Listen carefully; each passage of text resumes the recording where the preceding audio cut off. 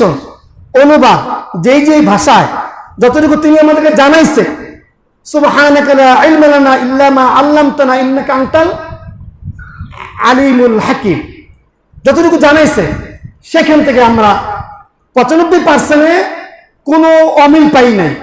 বিজ্ঞান এবং কোরআনের সাথে কোনো অমিল নেই, বরং কোরআনের সাথে বিজ্ঞানের তথ্যগুলো মিলে যায়।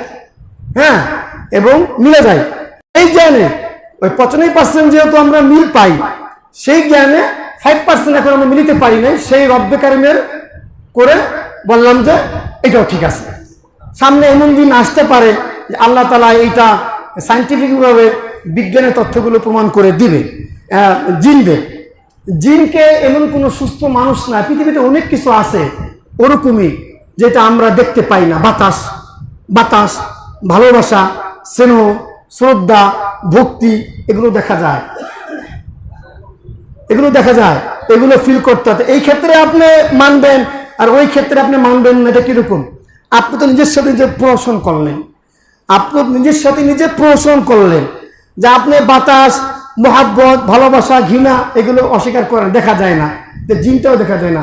আশ্চর্য হবে, জিন শব্দের শাব্দিক অর্থই কিন্তু গোপন। জিন শব্দের আল্লাহ যে ওর নাম রাখছে, ওমা খালাকতুল জিন্না ওয়াল ইনসা ইল্লা লিয়াবুদুন, জিন শব্দের শাব্দিক অর্থ হচ্ছে আঙ্কেল গোপন। আর ইনসান অর্থ যে ভুল করে, নাসিয়া, যে ভুল করে। হ্যাঁ, তা যাই হোক, কোন প্রসঙ্গে ছিলাম? প্রসঙ্গটা কি ছিল? হ্যাঁ, ফেরাউনের। তখন তিনি কি কথাটা বলল? যে আমি কোরআনের ধরতে যেয়ে আমার জীবনের শত ভুলকে আমি আবিষ্কার করেছি। তোমরা আমাকে যে দেও আর না দাও, কারো সামনে যদি কবরের আযাবের চিন্তা চলে আসে, জান্নাতের সুখময় স্থান আর জাহান্নামের কষ্ট চলে আসে, তাহলে সে কি দুনিয়ার লোভে হাবুডুবু খায়? খেতে পারে না। যেই দুনিয়ার লোভে হাবুডুবু খায়, সত্যি কথা তার আল্লাহ সম্বন্ধে, তার নবী সম্বন্ধে, জান্নাত সম্বন্ধে, জাহান্নাম সম্বন্ধে তার মূল কনসেপ্ট নাই।